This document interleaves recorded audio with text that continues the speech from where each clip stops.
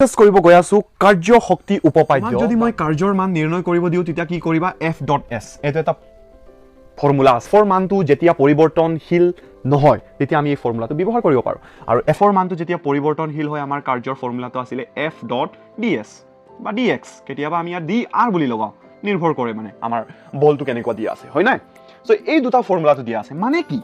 এই দুটা ফৰ্মুলাত প্ৰশ্নত বলৰ মানটো আৰু হৰণৰ মানটো দিয়া থাকিব লাগিব তেতিয়াহে আমি কাৰ্যৰ মানটো নিৰ্ণয় কৰিব পাৰো ধৰি লোৱা তোমাক মই এটা প্ৰশ্ন দিছো যত নেকি মই অকল বস্তুটোৰ আদি বেগ বস্তু এটাৰ আদি বেগ আৰু অন্তিম বেগৰ কথা অকল কৈ দিছো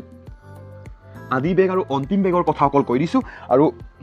তোমাক বোলে মই কাৰ্যৰ মানটো নিৰ্ণয় কৰিব দিছো ওলাব পাৰিবা জানো কাৰণ কাৰ্যৰ মান নিৰ্ণয় কৰিবলৈ আমাৰ কি f আৰু ds বা s ৰ মানটো লাগিব বল আৰু হৰণৰ মানটো লাগিবই লাগিব হয় নাই নতুন বস্তু যাক আমি কাৰ্য শক্তি উপপাদ্য বুলি কওঁ আৰু ইয়াৰ বা ই আমাক কিহত সহায় কৰে যে কেতিয়াবা